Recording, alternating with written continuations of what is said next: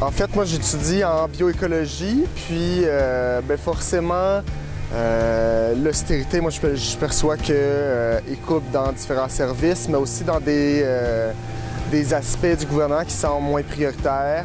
Souvent, l'environnement est considéré comme moins prioritaire, là, malheureusement, donc on reçoit beaucoup de revers de ça, là, autant en termes d'emploi qu'en termes de subventions pour des plus petits organismes, donc forcément, ça a un impact.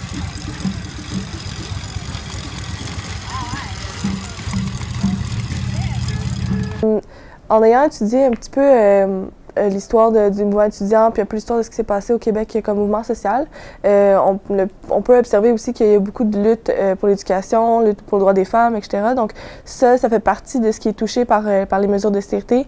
Ce qui reste affecté, par exemple, tout ce qui concerne les femmes sont déjà dans une situation précaire. Puis ensuite, on coupe dans les domaines où elles travaillent ou où elles s'impliquent.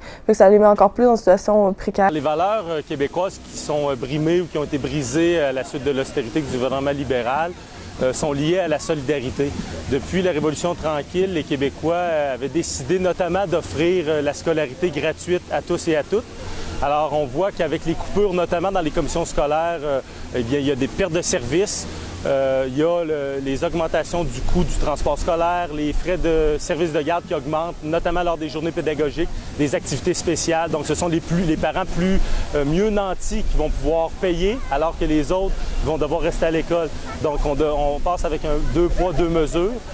Aujourd'hui, avec les mesures d'austérité, c'est certaines augmentations de frais, notamment en éducation, mais c'est un désir, encore une fois, avec le néolibéralisme, de moins en moins d'intervention de l'État.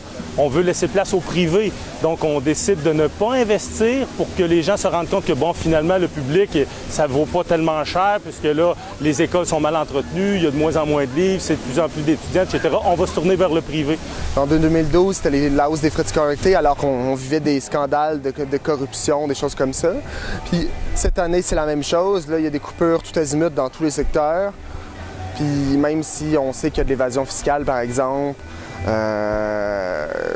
d'une quantité là, comme astronomique.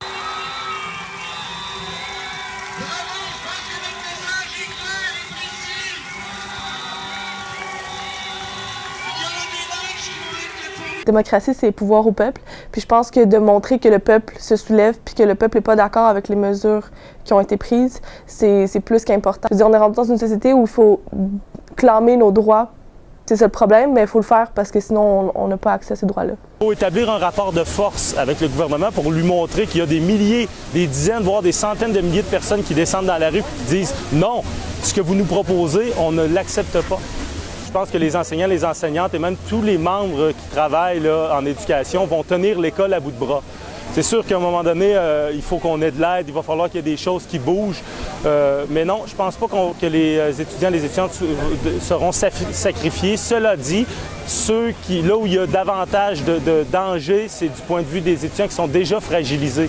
C'est-à-dire les étudiants qui sont en trouble d'apprentissage, les étudiants notamment qui sont des futurs décrocheurs. On a commencé à parler aussi des techniques qui vont se spécialiser selon les entreprises qui sont autour de cette école-là. Fait que ça veut dire vraiment spécifier les gens dans un certain domaine afin qu'ils rapportent clairement de l'argent tout de suite après leur cégep.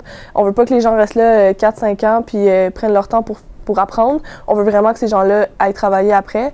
Donc, j'ai vraiment l'impression que c'est ça que ça fait. Puis en plus, les enseignants-enseignantes qui sont touchés vont se sentir encore... Ça va être plus difficile de devenir enseignant-enseignante alors que comme ça devrait être un métier qui devrait tellement être glorifié parce que ces gens-là forment la génération future. Alors, si ces gens-là sont plus intéressés, ne veulent plus faire ce métier-là ou ont de la difficulté à bien exercer leur métier puis à bien apprendre aux étudiants et étudiantes tout ce qu'ils veulent leur apprendre, c'est là que il va y avoir une lacune puis la génération future va vraiment souffrir.